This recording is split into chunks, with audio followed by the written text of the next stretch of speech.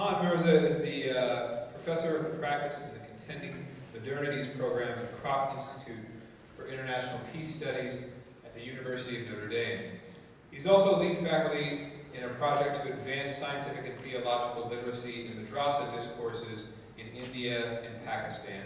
He holds a BS in Mechanical Engineering from UT Austin, an MA from Hartford Seminary in Islamic Studies and Christian-Muslim Relations, and a PhD in Religious Studies from Yale University. He helped develop America's first accredited Muslim liberal arts college, Zaytunia College. Mahan's presentation is entitled Inspiring Stories Rooted in Our Shared Values. And tonight, he will be reflecting on how we can shape our reality by the way we tell stories about ourselves and each other. Without any further ado, Dr. Mahan.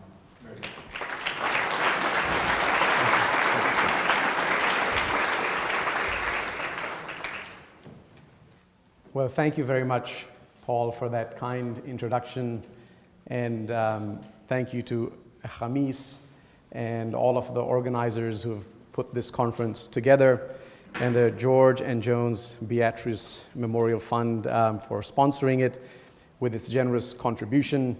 You heard in my brief introduction that I'm in a way a son of the soil from Connecticut.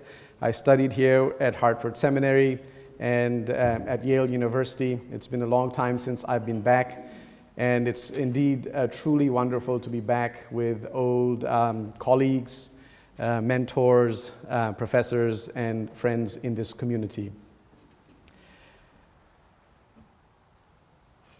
What I'd like to do is begin by saying a few more words about myself, or maybe my name. The word Mahan is a Hindi word, comes from Sanskrit, and it means great.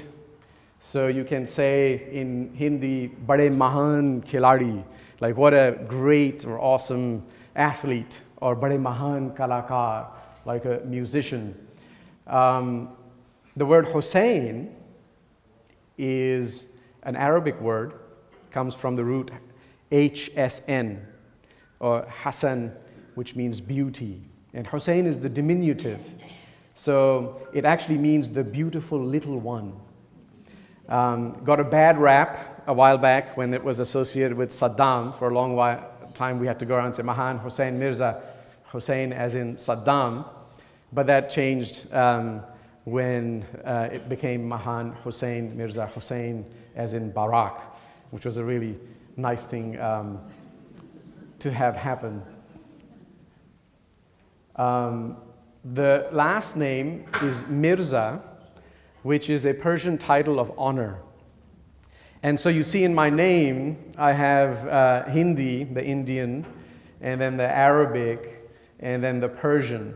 And this is in many ways our reality today. Our identities are mixed, and it's very difficult, even when you belong or hail from one place, when you trace your history, to really pinpoint exactly who you are if you start to dig into it. So Mahan is also a place in Iran. It's the name of a town. And this is where this famous saint, Shah Ni'matullahi Wali, is reported, he's buried there, and that's his burial place. I especially identify with Shah Ni'matullahi Wali because he's reported to have tried to reconcile between the Sunni and Shi'i traditions in his spiritual order.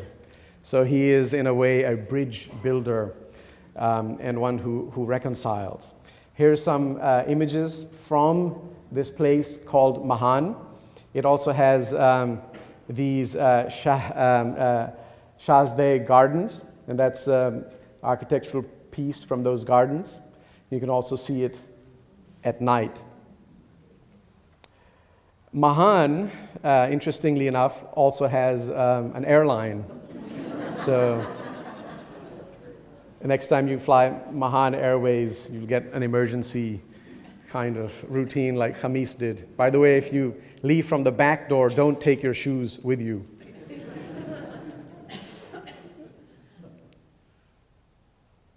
Mahan, moving beyond my name, I'm originally, as I mentioned, from Pakistan. Here's a map of Pakistan. It doesn't show the surrounding countries, but it shows the map according to the kind of textile that is produced in that area. Pakistan is famous for textiles. You may have gone shopping and found, after you've purchased a piece of clothing, on the tag, made in Pakistan, made in Bangladesh. Bangladesh, by the way, used to be East Pakistan until it became another country in 1971. My mother got me a very nice rain jacket. It says University of Notre Dame, athletic. And we didn't know, when we got home, it's made in Pakistan.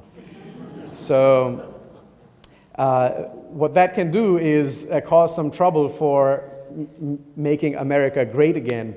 Because if you're interested in, especially a Trump Tower hoodie, if you'll hit the arrow, you'll see it bounce down. Those are made in Pakistan. Please go and buy your hoodie today. Pakistan has a great ancient civilization. We have ancient ruins. There's a joke we like to tell about this. It's obviously not true because we have ruins and evidence of ancient civilizations going back to the 3rd millennium BC. But the joke is that the Egyptians and the Mesopotamians, the Iraqis and so on, and the Pakistanis were sitting and having tea. And so the Egyptians said, we dug and we dug, and they were all making stuff up. So they said, we found copper. And so our civilization used to have electricity way back in the day. And so the Iraqis were like, we dug, and we went way down, and we found glass. So we had fiber optics. And so the Pakistanis said, we dug deeper than all of you. And we went way down, and we found nothing. So it was Wi-Fi.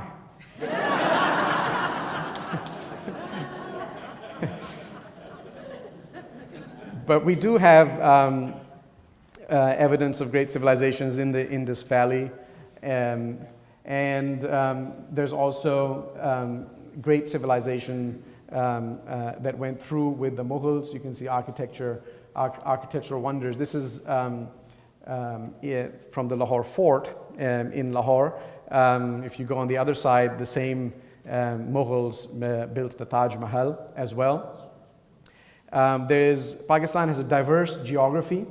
This is Skardu towards the north, is the highest desert in the world. And the mountain K2 is also located within the geographical borders of Pakistan.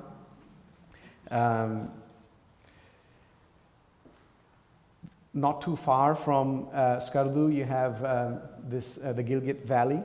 And you can see the architecture here begins to blend in with architectures from the north and to the east. I can show you maybe a map of Pakistan. You can see the surrounding geography. Obviously, you don't know Pakistan in the way that I've been telling you about it. You hear about it from the headlines. It's a hot spot. It was very important for the Soviet Union to come in from the north and find some warm waters. And so they were moving down. They came to Afghanistan, and Pakistan was next. This was one of the fears in the domino theory, and so to contain the Soviets, the United States helped resist that incursion from the north, and Afghanistan became a battleground. You see, Pakistan is a long front with a border with Afghanistan and also with India, so it's strategically very precarious to have volatile borders on both sides. You have China just to the north and the east, India and Iran.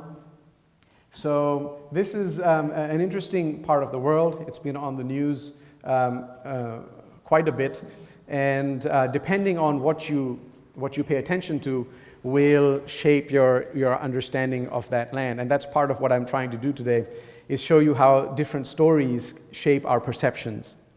And what we choose to do with the kinds of things we focus on is in large parts going to determine not only our present reality, but also our future.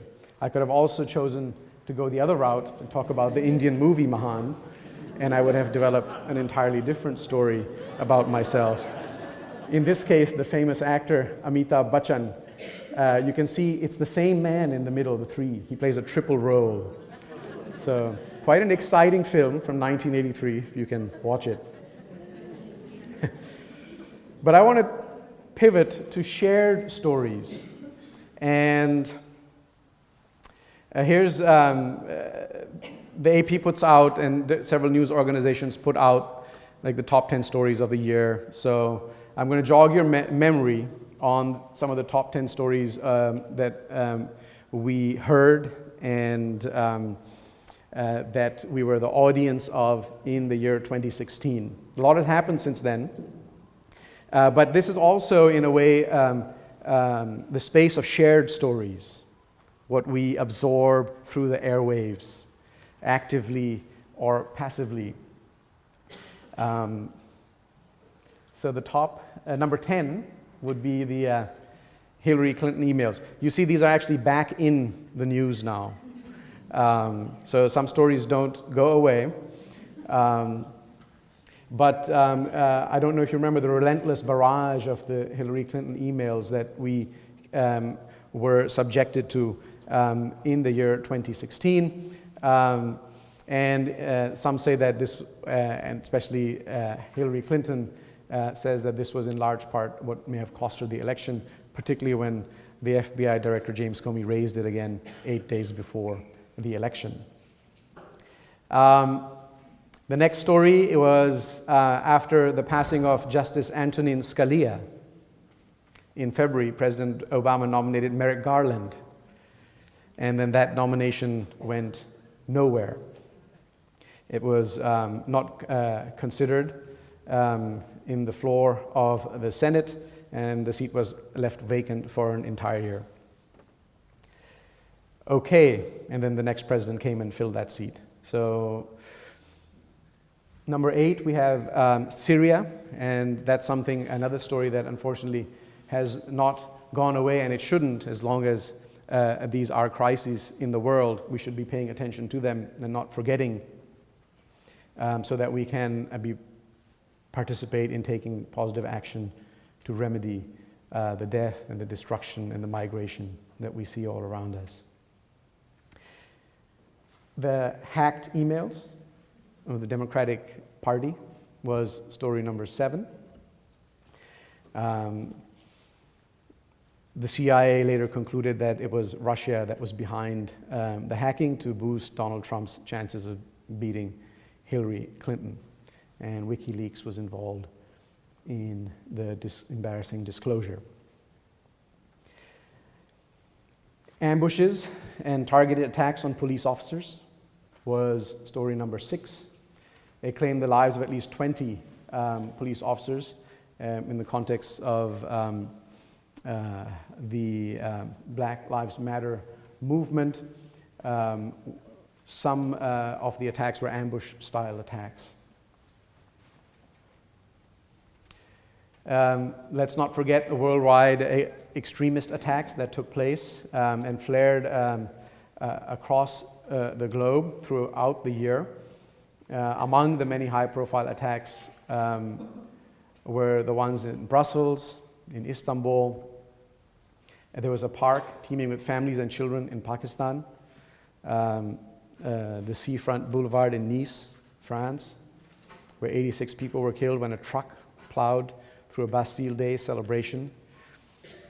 And then ongoing problems elsewhere in Iraq, where violence continues. The worst mass shooting in modern history, the Pulse nightclub massacre. This isn't Vegas. That was last year. A gay nightclub in Orlando, where the gunman Omar Mateen killed 49 people, over the course of 3 hours before then being killed in a shootout against members of the SWAT team. During the standoff, he pledged allegiance to the Islamic State. Number 3, blacks killed by police.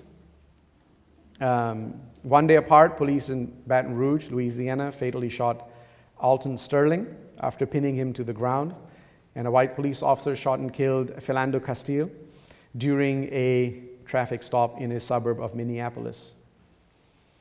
And coming after several similar cases in recent years, the killings rekindled debate over policing practices, and the Black Lives Matter movement emerged from this.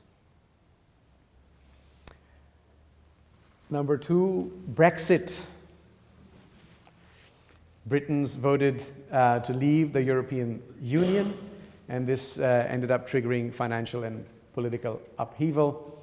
A lot of it, the cause for this is nativism and making sure that building walls and borders instead of being open. And the number 1 story? Yes. There you have it. So those are the top 10 stories. Now, as I go through this talk is supposed to be about inspiring stories. What am I doing? Well, Khamis said, the Spirit is already here since all of you are here, so my job is to bring you back down before maybe taking you back up.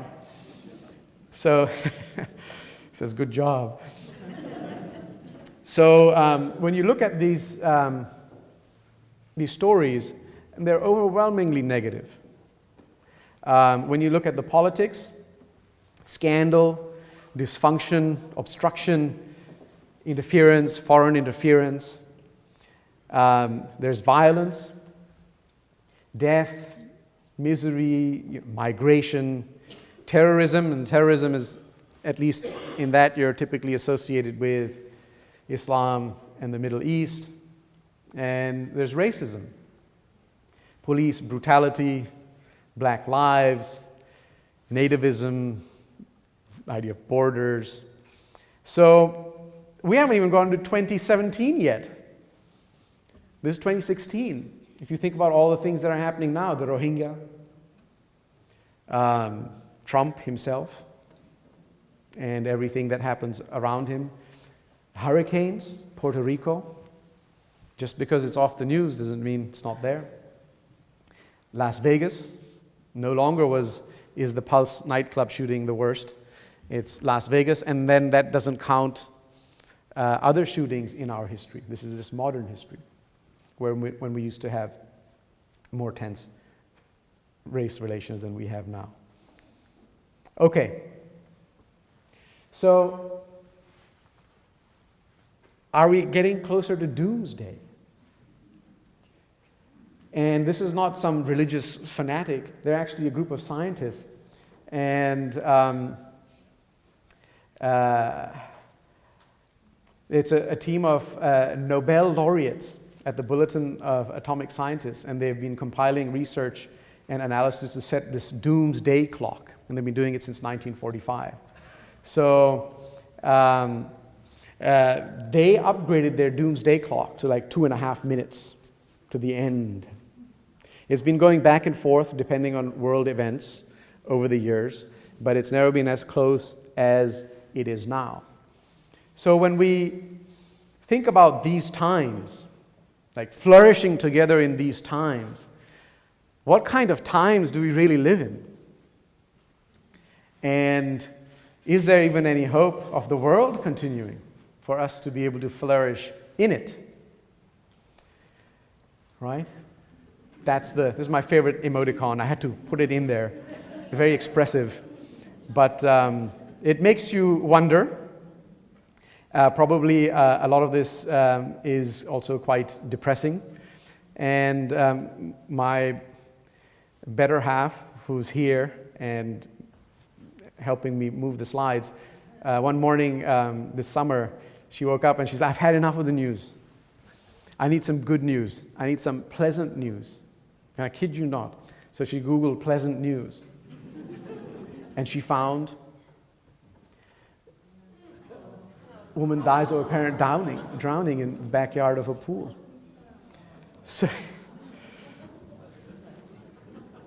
So what do you do with this kind of mood, right? That's the question. It's something to think about. What I want to do is turn the tables now and look at some authors who give us more positive accounts of where we are, of these times. And I'm going to read from their text a little bit. I picked out a couple of passages for us. And I want to see what we make of them. Steven Pinker, he's a scholar of language and linguistics. He writes on human relationship of language to the mind, human cognition, and how this gives us insight into human nature. And he's written some very, very interesting books. One of them, The Stuff of Thought. One of them is this, The Better Angels of Our Nature. Why violence has declined. And the other author is Yuval Noah Harari. He's an Israeli historian. He's written the bestseller Sapiens. Some of you may have read that. It's about the history of humanity. And he tells the story of humanity from as far back as we can go until the present moment in fantastically sort of accessible ways, but it's very challenging to religion and very challenging to traditional understandings of theology. His follow-up book is called Homo Deus, From Homo Sapiens to Homo Deus. He says that we're making a bid for divinity, and he has specific ways in which he defines this. And that's a brief history of tomorrow. Brief history of tomorrow. So here's what he said. Just for the first time in history, more people die from eating too much than from eating too little. More people die from old age than from infectious diseases. And more people commit suicide than are killed by soldiers, terrorists, and criminals combined.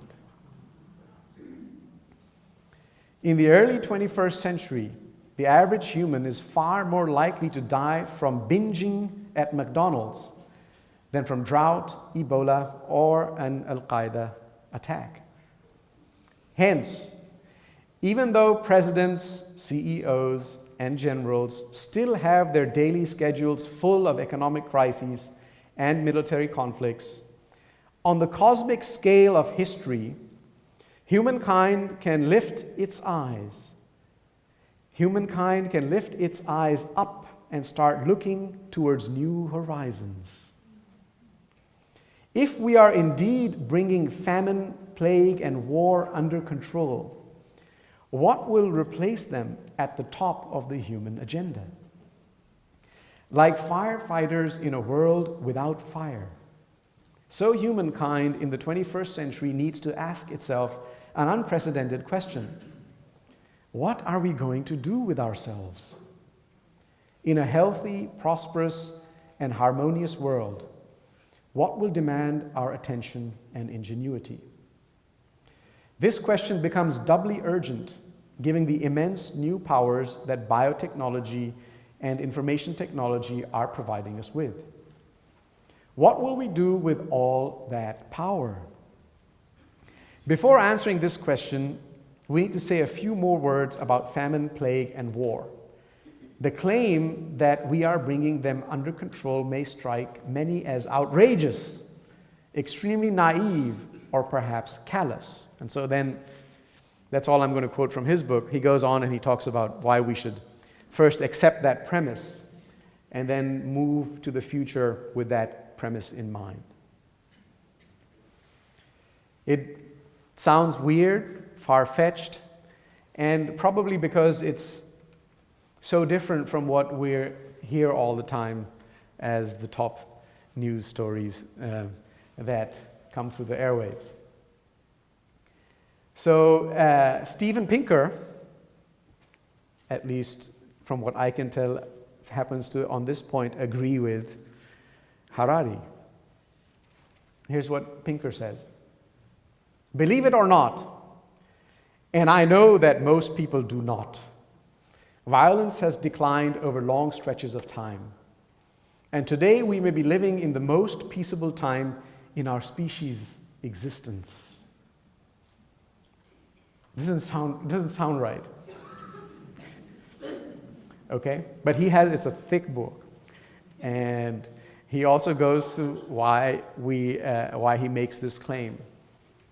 It is an unmistakable development, visible on scales from millennia to years, from the waging of wars to the spanking of children,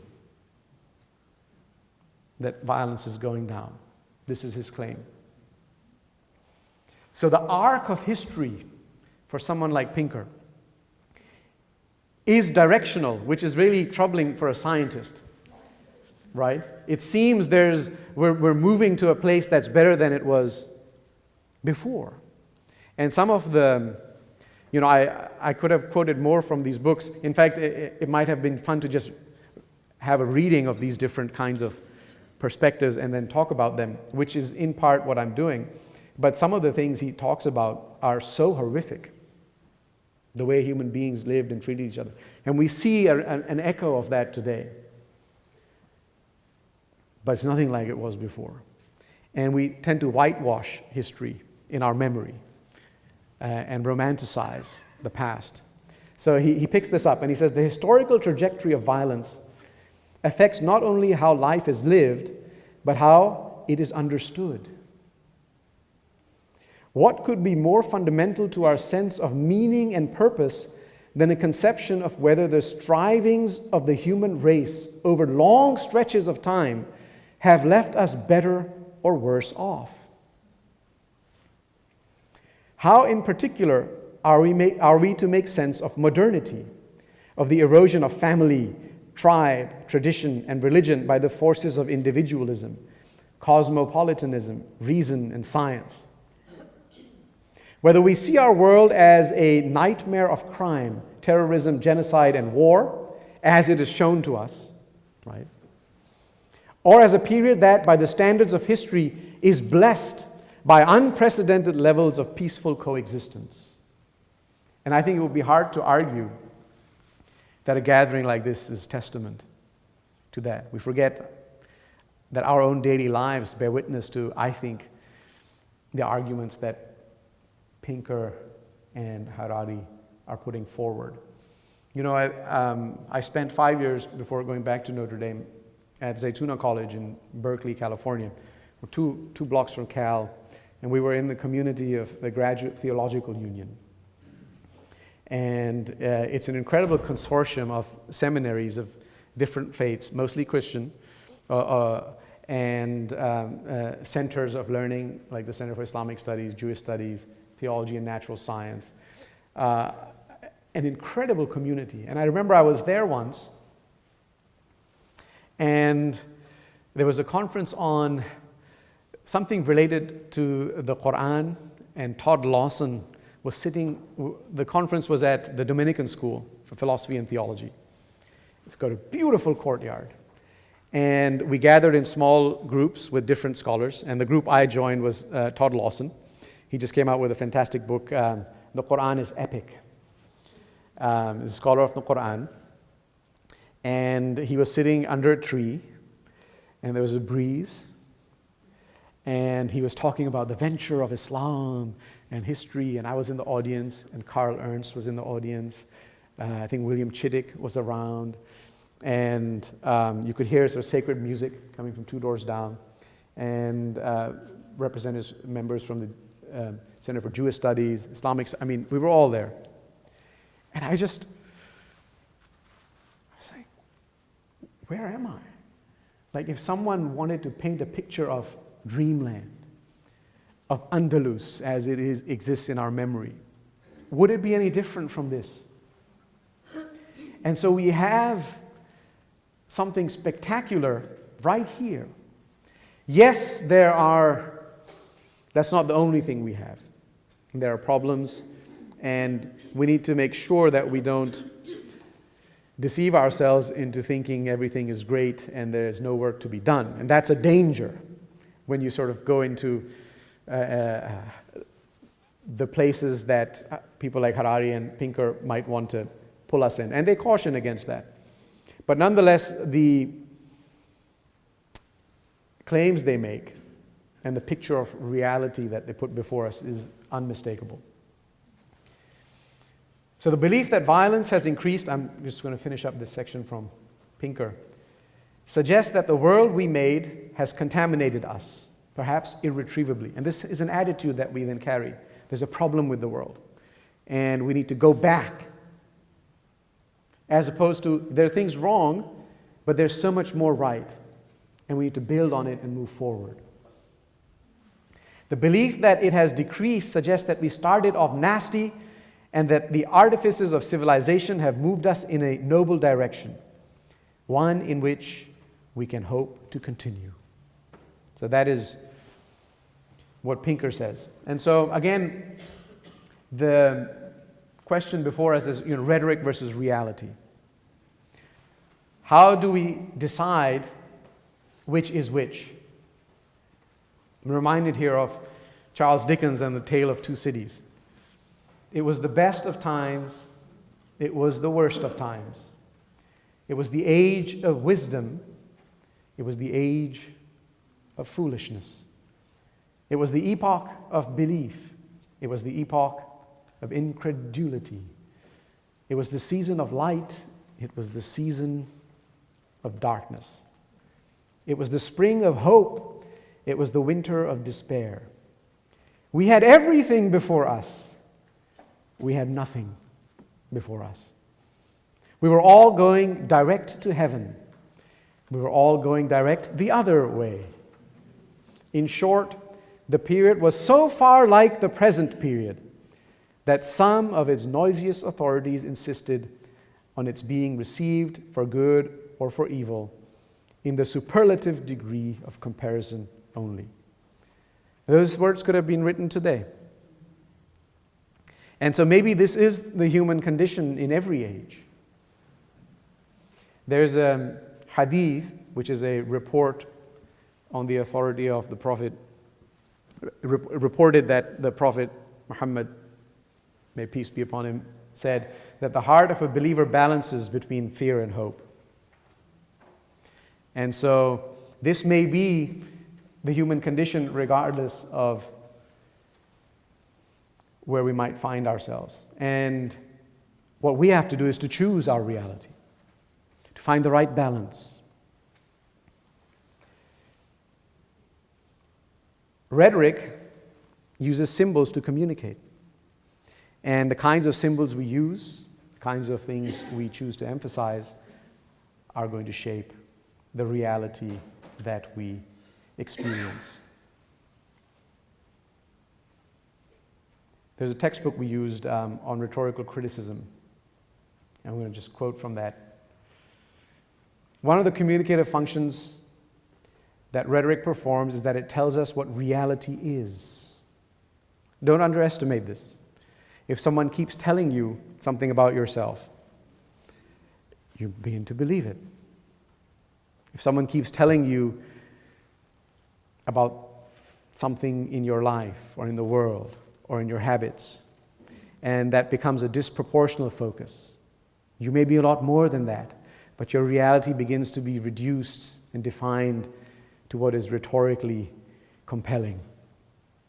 And so we need to be involved rhetorically with ourselves. Reality is not fixed, but changes according to the symbols we use to talk about it. What we count as real or as knowledge about the world depends on how we choose to label and talk about things. The choices we make in terms of how to approach these situations are critical in determining the nature and outcome of the experiences we have regarding them. So I'm going to turn to another couple of authors. I've just been dabbling through some of this literature. Some of it's far out, granted, but it's very interesting. And Michio Kaku is a renowned physicist, written a number of books, authored hundreds of papers, and he comes on the public television station as one who popularizes science, very similar to Neil deGrasse Tyson. And I was looking at one of his books, Physics of the Future. And also Thomas Friedman, written a lot of things that I don't necessarily follow or agree with, but this title of his latest book caught my eye. Thank You for Being Late, An Optimist's Guide to Thriving in the Age of Accelerations. He calls this the age of accelerations. And he identifies acceleration in 3 areas. So technology, the marketplace, and the climate, Mother Nature. And they're all certainly related. And he says that even the rate of change is accelerating. So acceleration itself is accelerating. This is what happens when you have exponential growth phenomena. So it can be dizzying. He says it's dizzying for many people. And one of the ways he explains this is, and I'm sure most of you have heard this, where the peasant who is to be rewarded by a king, the king says, "What would you want?" And he said, "Well, just give me a grain of rice and put it on this chessboard. And every square, just double it." And so if you do that, the king says, "Great, my treasures are saved." When you get towards the end, it's I don't know how many quadrillion, trillion tons, because you experience exponential growth. And the doubling begins to increase, especially when you reach the second half of the chessboard. And what he says is, we are just entering the second half. You have no idea what's coming. The assumption is if it continues at the same rate. So far indications are that it probably will, and there are all kinds of caveats if we don't destroy ourselves first, and so on. So assuming we're around, we're going to have to find new ways to experience stability. Because it takes human beings maybe 10 or 15 years to adapt to certain kinds of changes. And now those types of changes are taking place at half the time. So we're not biologically capable. We haven't evolved in a way to adapt at the pace of change that we're experiencing as biological beings, organisms, and as societies. So he says we're going to have to find ways to experience stillness in a dynamic way, like riding a bicycle. That's the example he gives, where you're in motion but you're balanced.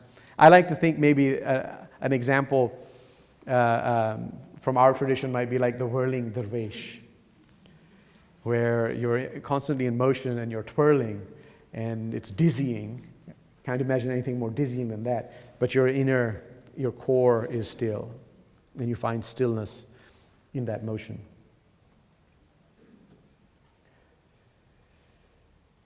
So Michio Kaku, he says that the future is barreling towards us like a freight train. You can hear the whistle of the train. And everything he puts in his book is based on science that's already there. So he looks at what we're achieving right now, and then he imagines what it would be like 100 years from now or so. And so his last chapter is a day in the life of 2100. And he says, by 2100, like the gods of mythology. And by the way, this is exactly what Harari picks up in Homo Deus, this idea of we're moving towards divinity. If you think of Greek gods and Indian gods and goddesses, they weren't like the when we think of divinity, we think of monotheism and being as one and eternal and all kinds of theologies that come with that. In other traditions, it wasn't like this. And the gods, they were kind of superhumans. But they could also be mortal. And each one had a different kind of special power and ability. So by 2100, like the gods of mythology, we will be able to manipulate objects with the power of our minds. Computers, and we're already doing this, by the way. So you can fly drones, depending on the kinds of things you think of, because the synapses fire in different parts of the brain. And if you can sort of practice that, when you fire this part of your brain, the sensor will sense that, and then that means that it's supposed to go up or fly left or whatever. Computers silently reading our thoughts will be able to carry out our wishes. We will be able to move objects by thought alone. With the power of biotechnology, we will create perfect bodies and extend our lifespans. We will also be able to create life forms that have never walked the surface of the earth. With the power of nanotechnology, we will be able to take an object and turn it into something else, to create something seemingly almost out of nothing. We will ride not in fiery chariots, but in sleek vehicles that will soar by themselves with almost no fuel, floating effortlessly in the air. With our engines, we will be able to harness the limitless energy of the stars. We will also be at the threshold of sending starships to explore those nearby. The speeds of all these technologies are being planted even as we speak. And then that's what his book is about. So he's a quantum physicist, and he gives you examples of how this is working. So, what I want to do now is turn to religion.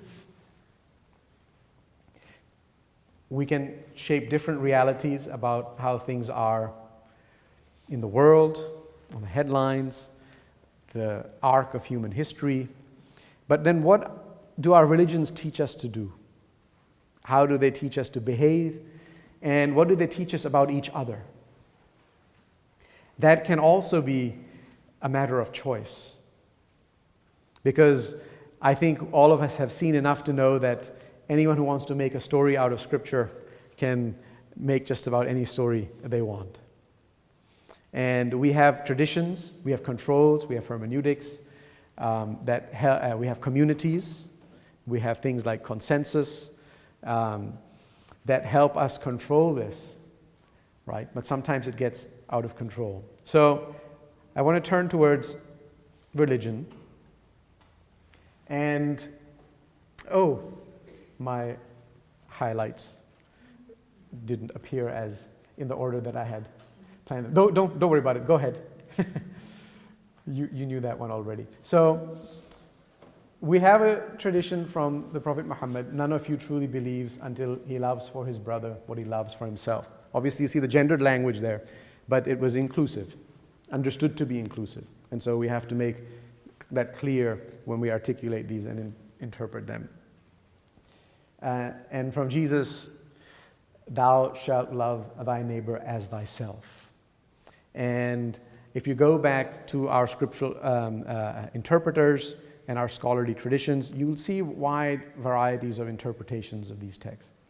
The Common Word initiative that was very influential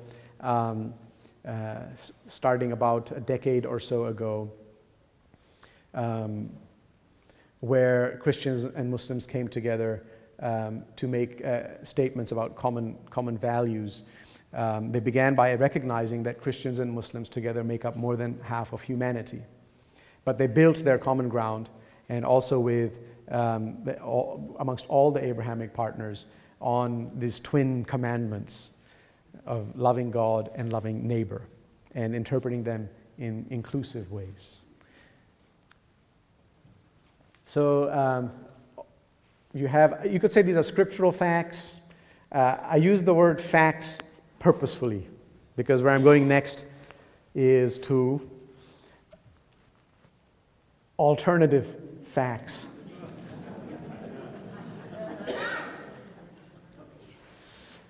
So this is from Saudi textbook. Now, you know, Saudi textbooks, they're going to revise them.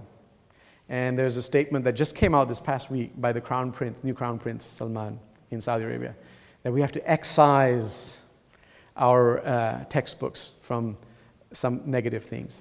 So here's something. They are the people of the Sabbath, whose young people God turned into apes, and whose old people God turned into swine to punish them. As cited Ibn Abbas, who's one of the companions of the Prophet and the narrator of many reports, a lot of which have been recognized to be spurious even from within the tradition. People used to invent traditions in his name because it gave those traditions more weight. Obviously, it had the opposite effect once it was realized that people were doing this. The apes are Jews, the keepers of the Sabbath, while the swine are the Christian infidels of the communion of Jesus. So jarring, to say the least. Okay? The question is, does this define? Who does this define? Who's telling this story? And is this something that should shape our reality? On the other hand, I picked General Michael Flynn, former National Security Advisor. We are facing another ism, just like we faced Nazism and fascism and imperialism and communism. This is Islamism. It is a vicious cancer inside the body of 1.7 billion people on this planet, and it has to be excised. So, scary stuff, especially when you become the National Security Advisor. So you have alternative facts. I don't know how else to put it. And we have to work our way through these, and our traditions have always done that. But when things get out of hand, we tend to lose control, and we have to take that control back. So, speaking of alternative facts, post-truth, I don't know if you know, this was another story in 2016, defeats alt-right as Oxford's word of the year. I don't know if you remember this. So post-truth came in our vocabulary last year. Now we have things like alternative facts, or like fake news is the latest one. But this idea that we live at a time, and it's very much in sync with postmodernism,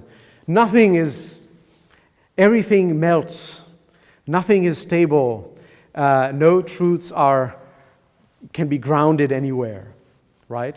And so whoever is able to say whatever and have the ends that they have in mind, noble or otherwise, realized, will be able to run free. By the way, this is not a new debate. When Plato and Aristotle talked about rhetoric back in the day, this was one of Plato's concerns. When he was contra Aristotle, said rhetoric shouldn't be taught. It's not even a real science, but you can it's not based on proper kinds of philosophical reasoning. And so you can dupe people to thinking whatever they want. And Aristotle's like, no, it is something that can be taught, and you need to use it to defend the truth, to persuade. And it needs to be available to everybody. So, what is it that we are going to choose to define us? That is, I think, one of the questions that we have before us today. Which story is ours? Which reality is ours? And it's not easy to dismiss any one of them. It's not either or, but how do we balance all of them, and what do we prioritize, and what ordering principle can guide us in that task? This is an important question. And I want to turn now to some of my own personal stories.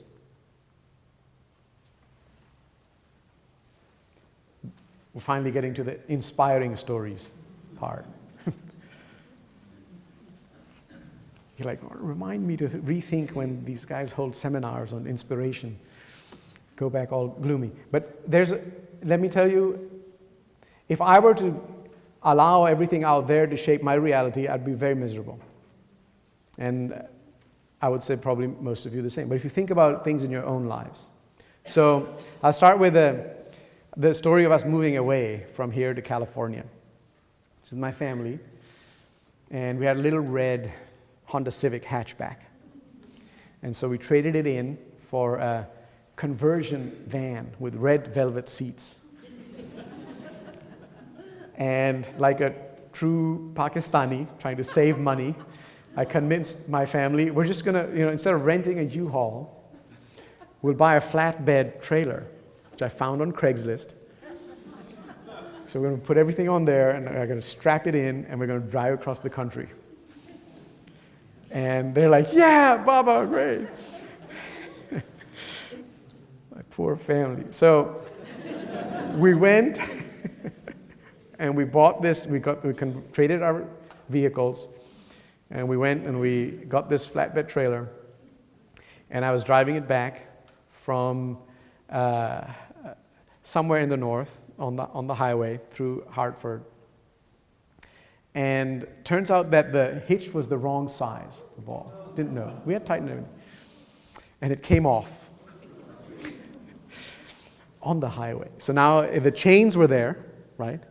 And I was in the rearview mirror and I said, it's off! And family, what? Everyone's in a panic, and it's like on the chains, dragging behind us. And I try to slow down and it slams into us. And then it sort of unhooks and flips, and it lands in the median. So we go and stop right there, and I get out, and I'm just like, what do we do now? And Steph gets out right after me, and we're like, the kids, stay in the car, stay in the car. And we were just standing there stunned. It was just a matter of a few seconds. And this big, truck with major horsepower came. And it came and stood there. And this guy jumps out. He's wearing a wife beater. We call it banyan. I found out I'd call it a wife beater later on. The strapless sort of undergarment. Huge golden cross chain in the middle. My wife's, covered up, and we look very visibly Muslim. So I said, get in the car. And I was standing there trying to look as dynamically stable as possible. And I looked at the guy, he looked at me, and he said, get in. That was all we talked. And I got in his truck. Behind us was a police car. And they had stopped the highway. Fortunately, there wasn't a lot of traffic. And she said, come get your trailer. And so I went in his truck. He helped me pull it off. He hitched it to his own. He took us to his home. He worked on it for 3 hours. His wife gave us water and kids' sweets. And at the end of it, I took out whatever was in my wallet, took his address and stuff. And I said, thanks a lot for this. He said, no, God bless you.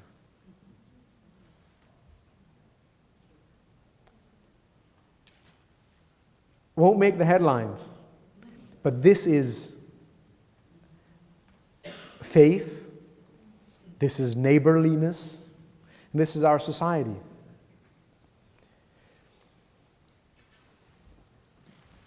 Another story.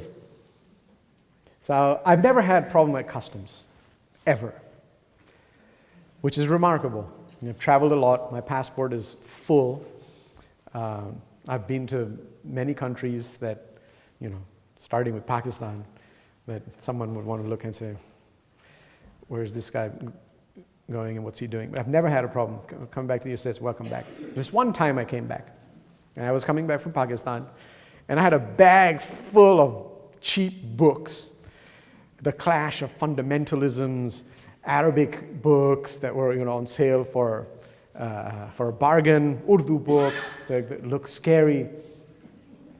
And they were all packed in my suitcase, and I was really tired when I got to the immigration. And he started asking me all these questions about, so what do you do? It's like, I'm a university professor. Where do you teach? I'm at California State University, Chico. What do you teach? I said, I teach religion. What religion? I'm like, Islam. So he said, how long have you been in Chico? So it's like, I've been there for whatever, like a few months. And then he started asking me about the rivers in Chico. And I'm like, I didn't really pay attention to some of this. So he said, all right, yeah, well, stamped, gave a certain kind of sense, go get this checked. So I had to take all my bags and get them checked. So I'm like, okay, you hear about this. Never happened to me yet, but here we go. And so I go there, and there's this guy who looks,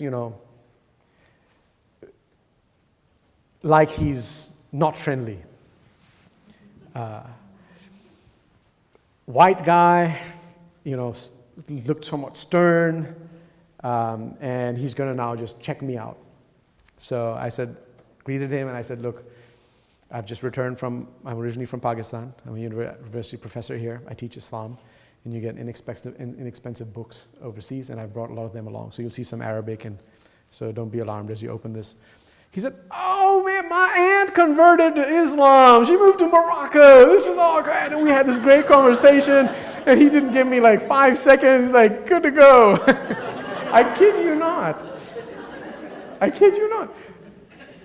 And so, in both these cases, I was the one who was thinking something I was thinking through the lens of a reality that was given to me. And in different circumstances, I might react differently based on my expectations of the outcome of a given situation. And so rhetoric can be extremely damaging. In these cases, it worked out really well.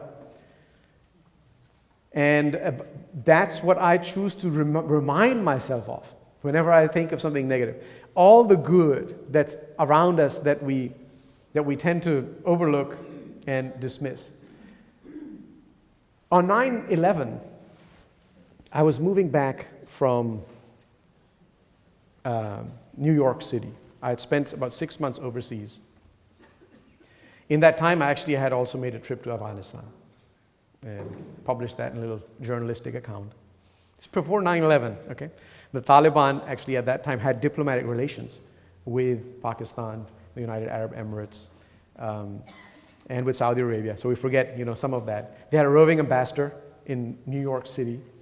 I think he debated the dean of Yale Law School at some point. So you could do those things. And so who knew 9/11 was going to happen? So 9/11 happens.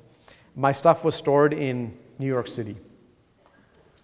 And the day before I was moving, I got an apartment in New York. Classes had already started. But I was having a hard time finding a place to live, and there were some other things going on. This is a longer story, actually. You can tell by fireside. But I ended up renting a rider truck to take my stuff from New York back to New Haven. And we were crossing in this rider truck. My wife was driving the other car. We had our kids. As the buildings were burning on the left, you could see that. And we made it out before all the access and roads were closed. We got into New Haven, and I went to get my family settled into the apartment, and the ladies gave me back my deposit. Said, sorry, we rented it to someone else. So now we didn't have a place to stay. So we went to the mosque, and we decided to, at least spend one night there. Wasn't, super wealthy. The nightmare for every mosque administrator is to have people like us show up, but it's what happens. So we were there, and that night there was a meeting at Masjid al-Islam, George Street, New Haven. They're like, we have to be careful. There's going to be, people are going to be out to get us. How do we manage the situation? And whose rider truck is this? I'm like, that's me. And so I explained to them the situation, and they're like, okay, you can stay. And there was some very helpful people there from the Farid family. Tariq Farid, some of you might know, and his brother, Imran. He said, listen, come see me tomorrow, I'll help you. And he helped me, and I got an apartment the very next day in Hamden, Connecticut. Got my family settled. Paid more than I was hoping for, but I just took it right away. And I had kept the rider truck for an extra day. So I went to return the truck, and I said, I had to keep an extra day because of the situation. He said, I know what's going on, don't worry. I waive the fee. So you see, you have both. And for me, the goodwill far outweighs the bad that I see and that I choose to see. And I think that I've actually most certainly experienced. When you talk about 9/11, we forget, and this happened in multiple communities, but the one in Chico, they told me about this, I wasn't there at the time, but they remember it vividly, that 9/11 took place on a Tuesday. And that Friday prayer, people from the neighborhood churches came, and they made a ring around the mosque. And they said, we're here in case anyone's there to bother you. You pray in peace. That's the headline. And this happens around the country. When we see crises, when we see arson, when we see threats, you've seen members of different communities stepping up in solidarity and in support. And so I would venture to say that we truly live in good times. I know, speaking of good times, I should probably begin to wrap up. So maybe I'll spare you these last, let me tell you very quickly. When we just moved to South Bend, my wife was having some furniture picked up and delivered, so she called the furniture guy. And he turned out to be this guy with tattoos and, delivering furniture with his wife, like a skinhead type. And she's like, oh man. When she saw him, she's like, maybe I should just go back and cancel. But see, it's the same impulse that I'm going to have a negative encounter. But she said, went ahead and, introduced herself, and went ahead with the move, and they moved everything, all smooth, nothing. But after the last item was moved, they were walking out of the lounge in our home, and he says to my wife, why do you wear that on your head? So she said, I do it because I'm Muslim. He said, oh, I'm Muslim too. And my wife, she used to wear that. But she doesn't anymore because she gets harassed.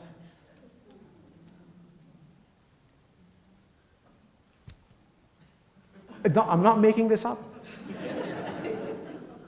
And so,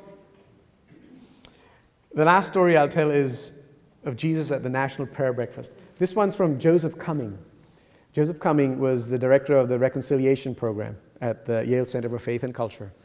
And he used to work with Miroslav Volf, who directs that center. Miroslav will be here with us tomorrow at this conference.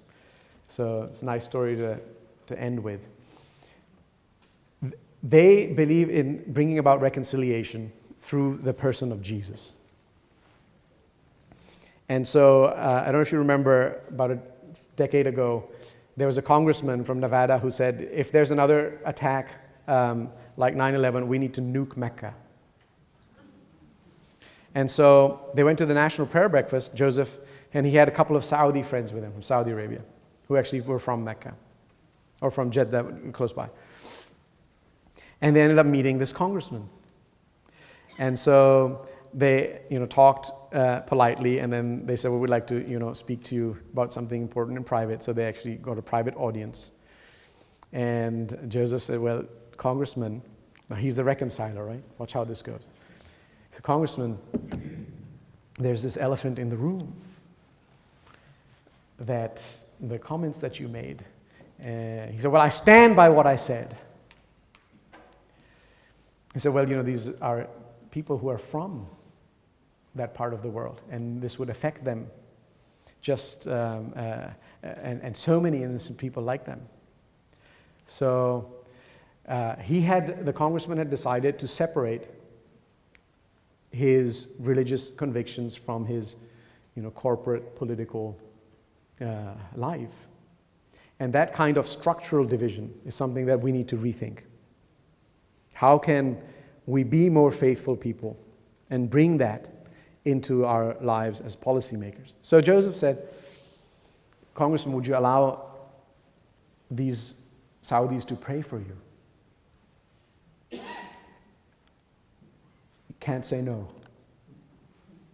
So he indicated yes, and they walked over to him, and they put their hands on him, and they said, "Oh Lord, have him see what Jesus would see. Have him feel for us what Jesus would feel for us." And they looked at him, and he was wet with tears. And so you can take even issues of conflict, depending on how you choose to deal with them. You can dehumanize, you can shout at each other, or you can find ways to build bridges. And I think what I'll do is I'll skip this next slide. These next two slides I should probably skip in the interest of time. We're going to say maybe just 5 minutes. Let me say a word about them. Can we go back? Because it goes into where I'm trying to end with, and I'm almost at the conclusion. This is the history of the universe in 24 hours. So human beings appear about a minute ago. And that includes, our earliest evolved cells hundreds of thousands of years ago. Modern human history is like a couple of seconds. And in that time we've built societies, we've told each other different stories about where we come from, what our purpose is. We've had prophets, civilizations, encounters, and we're moving to a global civilization.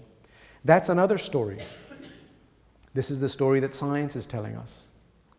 And one of the things we have to do is begin to fit our theologies within the framework of this greater story. And we may have to do very different things than we've done in the past, philosophically, in order to get there. And I think it holds tremendous potential for relationships, positive relationships between peoples. But again, there's a choice. It can go both ways. I put up Ian Markham, who was a former dean also at Hartford Seminary. He wrote this fantastic book, A Theology of Engagement, and he picks up this question of diversity. And his argument is that, look, it's clear we're not all going to convert each other. And so what we need to do is recognize that there is actually good in diversity, and that we actually learn from each other, and that the traditions we follow were never developed in isolation, but they were developed in conversation. And as such, that conversation has a providential purpose. And we need to begin to engage the world with that in mind, rather than mission of just conversion. So I end my remarks today with some reflections on this idea of a bridge. This is the Mostar Bridge in Bosnia, Herzegovina. It's a beautiful sight, and I want us to think about our own activity as we try to flourish together, as we aspire to flourish together, as an activity of bridge building. So when we think of bridges, bridges are secondary structures. They presume the existence of two separate entities that are to be combined. They're also second-order resources. They're not there just for themselves, but to help you bridge something and to get to a higher purpose. They constitute connectedness. I'm drawing on some of this from Clement Sedmar, a colleague of mine, who presented these reflections at one of our university seminars. The type of connectedness bridges afford is peculiar, since a bridge is usually a structure that allows free movement in both directions, that allows for simultaneous coming and going. So it's a kind of reversible connectedness. Bridges are also interesting in between spaces. maybe things you cannot do in your own territory. You can go to the bridge and experiment. And these are all sort of bridge as a means to something else, but bridges also have their own aesthetic value. They're ends in and of themselves when they contribute to beauty in the world. And so, if we think about bridges to help us flourish together, as secondary structures, we inhabit our own traditions, but the bridge helps us travel into each other's worlds. As a second-order resource, by traveling to each other's worlds, we can appreciate the good in each other. Through connectedness, we realize that we share resources, we breathe the same air, and we draw water from the same river. As this in-between space of liminality, we can work together to solve problems, sometimes problems that we cannot solve on our own. We find ways to innovate, adapt, and collaborate for the common weal. And also beauty in the sheer enjoyment that we have from fellowship in peace as citizens of God's green earth. So bridges can be precarious. I bring you back to Pakistan. It's not always easy, but if we persevere and keep going, it can turn out to be wonderful. Thank you very much.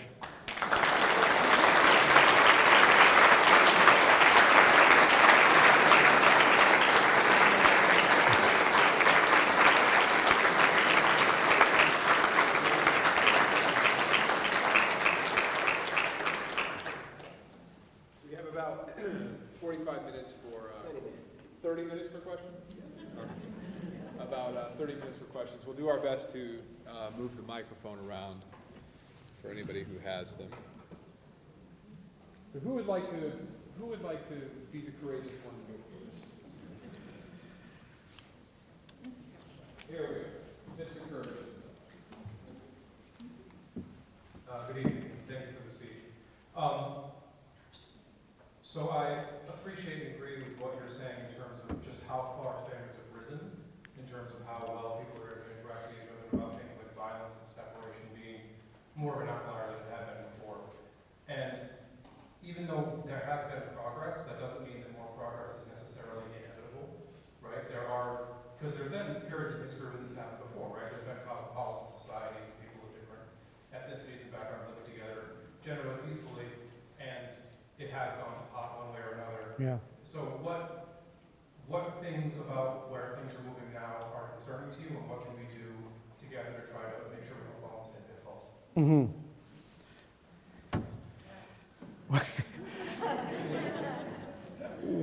What are the problems today? You know, I think that the more power we have over nature, if it's misdirected or we're not sure what to do with that power, we can cause a lot of damage. So the unintended consequences of manipulating genes, we don't know what we're going to do to our own species, artificial intelligence, different kinds of biotechnologies that get out of control and into the ecosystems. So that's one, I think, definitely unknown, where we could unwittingly destroy ourselves. The nuclear trigger's always been there, weapons that can, bring it all to an end very, very quickly. I think I would also say that the rhetoric is something that can destroy us. We can inspire the best or the worst in peoples very quickly, leading to consequences that are far-reaching just by the language we use. And so I think the ability to be able to say something unfiltered and reach masses of people. Obviously, the questions are there on freedom if you were to limit that. So we don't have easy answers. But these are all problems that we know that are out there. I honestly don't have answers, but I do have a kind of faith. And I think when I think of all of these issues, it's going back to the grounding that I have in my faith, in my tradition, that there is something greater. I think without that, I don't know if I would be able to stay oriented. It's very disorienting times. But that there is purpose. We have been created for a purpose. We have been created with agency in order to be able to influence the direction of some of these powers. And so for me, then it comes just down back to how do I view it and what do I do to the best of my ability to contribute to things, to making things better. And that includes trying to use the right kind of rhetoric, informing people around me, staying informed myself as best as I can, and then sharing in the furthering of that in whatever way and shape and form. I think to extend what you're asking into not the problems, but what do we do, is expand this space. People are in bubbles. They hear the same kind of drip that accentuates divides and incites to hatred. And we need to reduce those spaces as best as possible. And the way that we're going to do that is we're going to be able to have to reach out. And the way that we reach out across divides is by building and being bridges. So being able to see two sides. And then, as in the case of the Jesus at the prayer breakfast story, approaching the other side from a vocabulary that they embrace and that then leads them to a good place. Who else?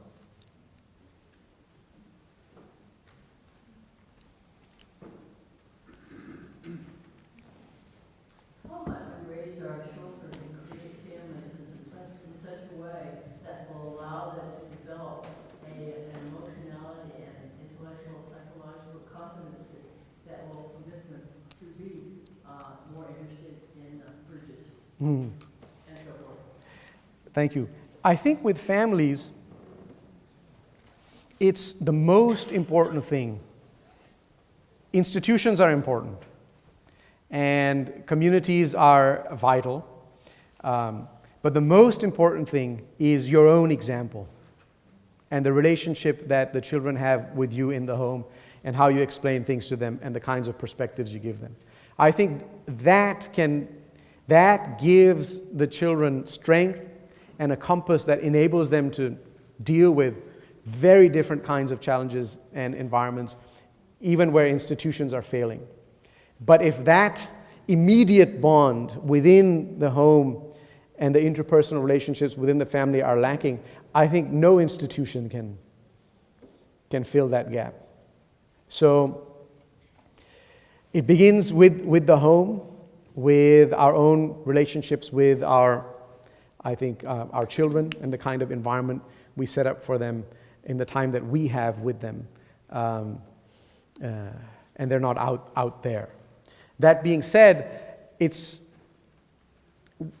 I don't think anyone should beat themselves up if a child makes choices that we would disagree with on some very important issues. The example of this from my own tradition is of Noah and his son, who chose a completely different path. And so with prophets, people are going to be individuals, and there's only so much that we can do. But I think the aggregate of what we do can have a positive outcome if we're doing it together, or enough people are doing that together. But we will always have individuals, in spite of the best of our abilities, who will make their own choices.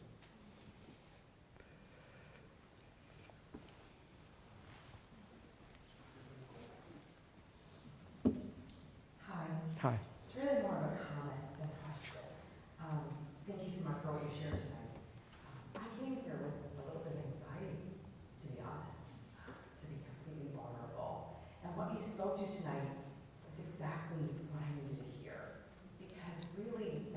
fear of being vulnerable, on the other side of vulnerability is where you get joy and where you get to connect with other people. And it's such a dichotomous emotion sometimes to put yourself in a space where you're connecting with other people. And what you shared tonight about how your fear can channel you into a certain path, if you have an open heart, that you can find connectedness. So thank you so much. Thank you. It's really set my heart at ease, and I'm just really excited to be here. Thank you so much. Thank you. Thank you.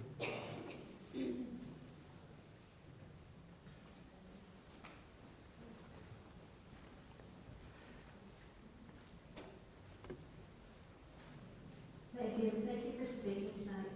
I didn't understand something.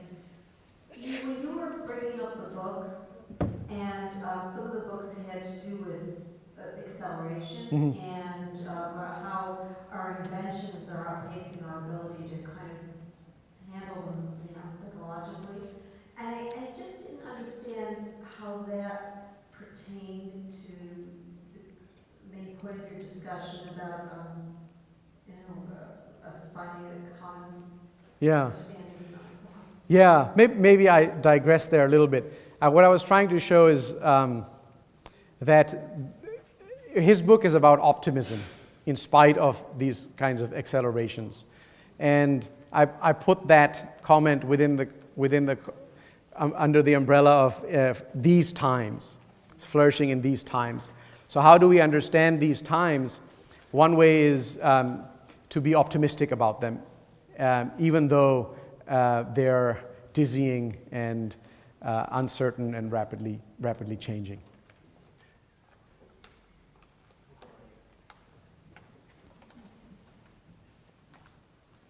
So, given the reptilian attitudes swarming around Washington and certainly coming out of the White House, how can we have a Jesus at the National Fair breakfast moment with the president? Ooh. That one is for tomorrow.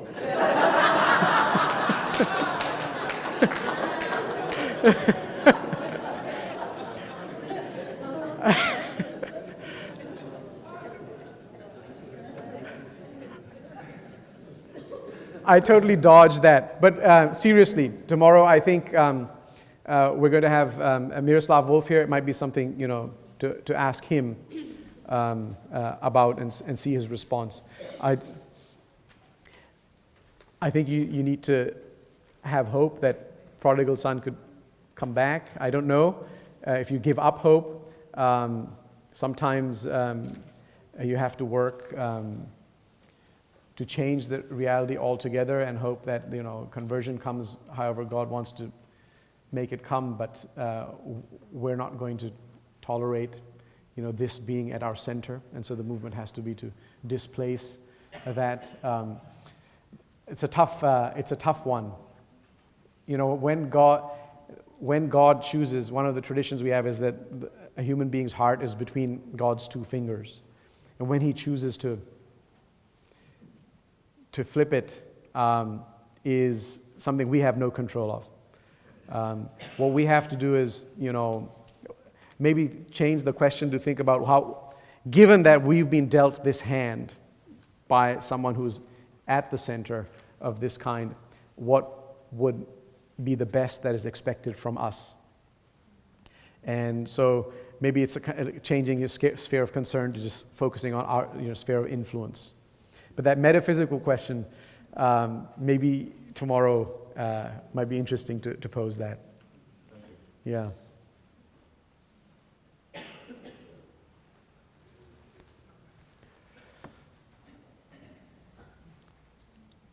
Thank you.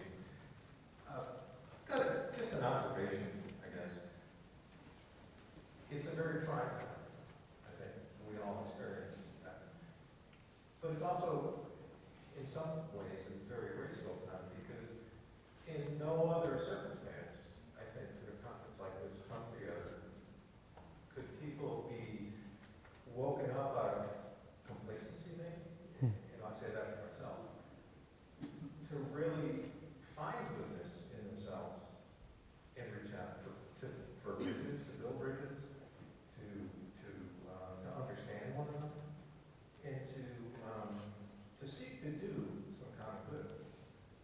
so I think if you look at it, you can look at the stories, like you said, Mhm. both ways, from fear Right.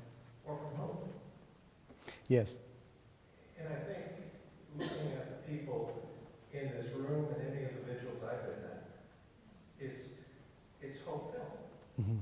because people choose to come together. People choose to learn and do and be there for one another. And so I think from that perspective, if we all kind of step back Mhm. and say, will we ever do this? Have we not been challenged? Right. And what's the positive that can come out of this Mhm. is the only way to look at it. And stay sane, Mhm. and stay positive, and stay doing. Mhm. Thank you. You know, we don't ask for times of crisis, and we don't hope for them and pray for them. When they come, they provide certain opportunities that we can better ourselves through. So, thank you for that. I like the idea of building bridges. And what I'd like to know is if you have some suggestions, how we go about building bridges in a world where people spend a lot of time on personally curated social media, and what they're getting is, you call it rhetoric, I kind of call it propaganda. How do you build bridges with people when they're either watching their TVs at home or, on their phones, downloading stuff that just separates us rather than brings us together? You know, tomorrow,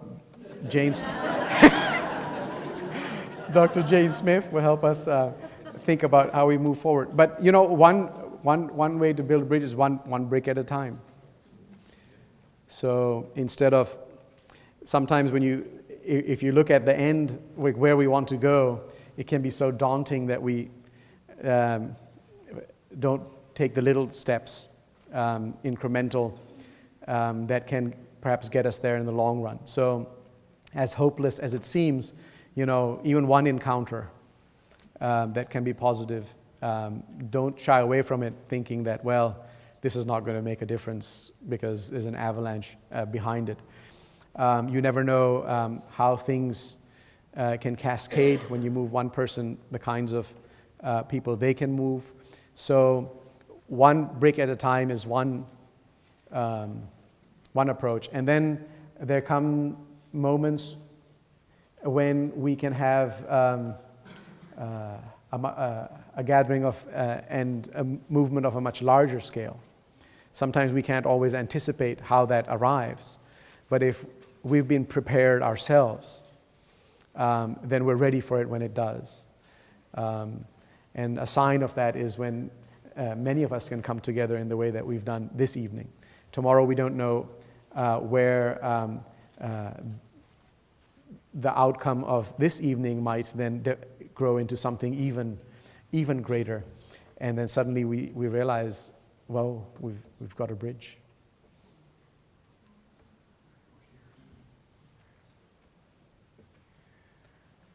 I think we're all born in a time when we have the past to learn from. And we're given an amount of time to learn even more in the time that we're given. And given that, I think we need to make decisions, as somebody said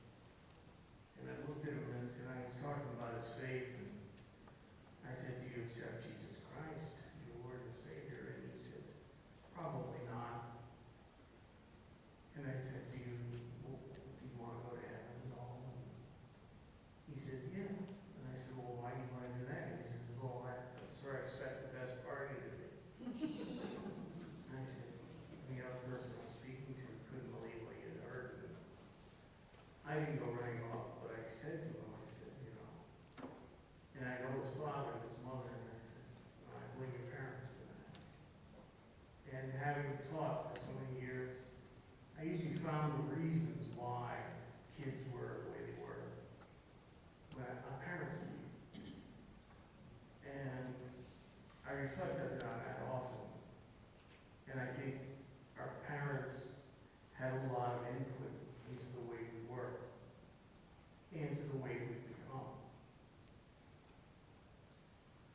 I think the responsibilities that we've engendered come from our faith. I decided not to finish my doctoral work until I retired because I wanted to have a life that had been lived and lived well.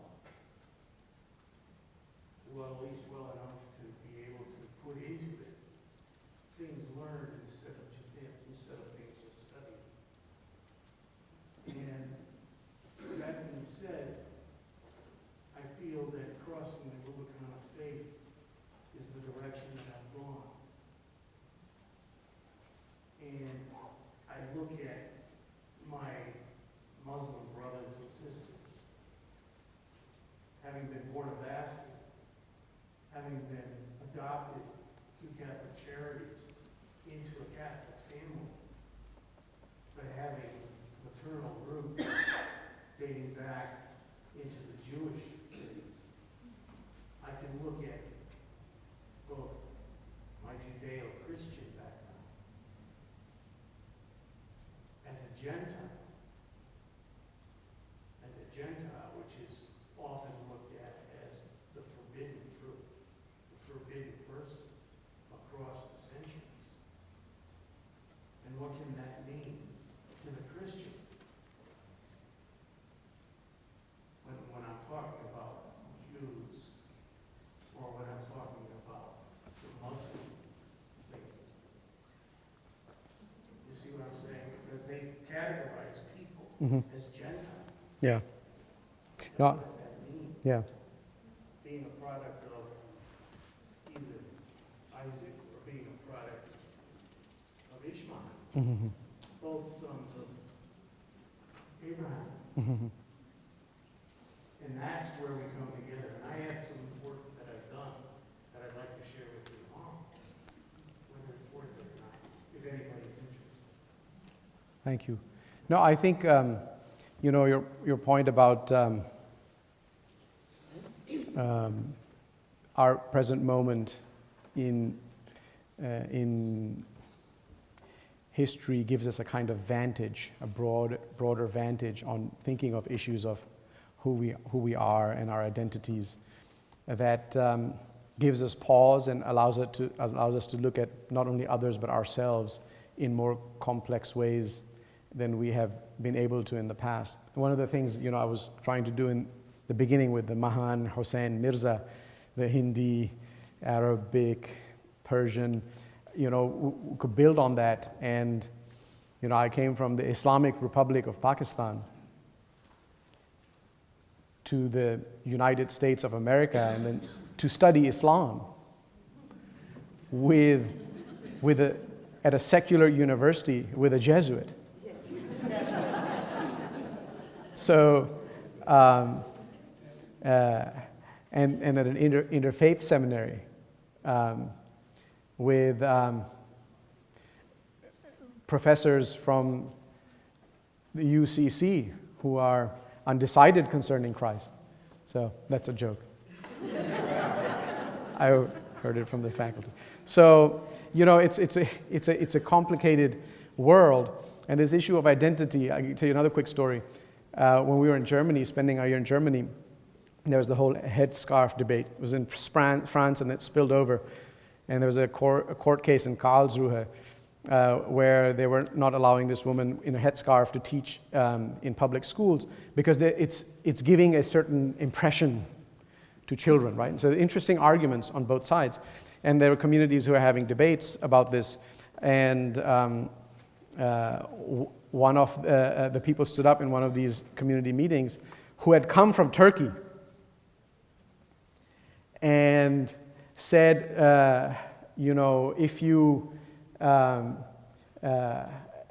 want to, wear this headscarf, go to Turkey and fight this battle. Why do you come to Germany? Because in Turkey they also had these restrictions. And there was a German woman who had converted to Islam who was wearing the headscarf. and said, who are you to come to my country and tell me about the norms we should have here? And so this whole idea that, who's who and where are they from, and based on that, what should be their position on certain things, it all is breaking down very quickly. And I think that that gives us certain challenges, but also tremendous opportunities to open up our thinking. We have time for one more question. We're going to go right. I just wanted to say that we started out by some, negativity and what's going on outside of us and all that. But here we are tonight. We're all here. Yes. All different kinds of religions or faiths or beliefs or not. But we're all here and we're all taking part in this. To me, that's wonderful. Exactly. If that's happening now. And to kind of go from what you were talking about, that it's, I really believe it's each individual. And if we individually can reach out to someone, each time we do that, it just can move on and on and on. And it just travels so much further if in our own selves we do that. And we're starting that, you're bringing that here to us, and that's wonderful. Thank you. We have tomorrow to look forward to, and it's just great. So. Thank you. Well, as we wrap up, if I can just say the most interesting thing that was mentioned tonight was this comment about I decided to finish my doctoral work until after I retired because I wanted to have a life. That's going to keep me thinking for a long time. Thank you. Thank you.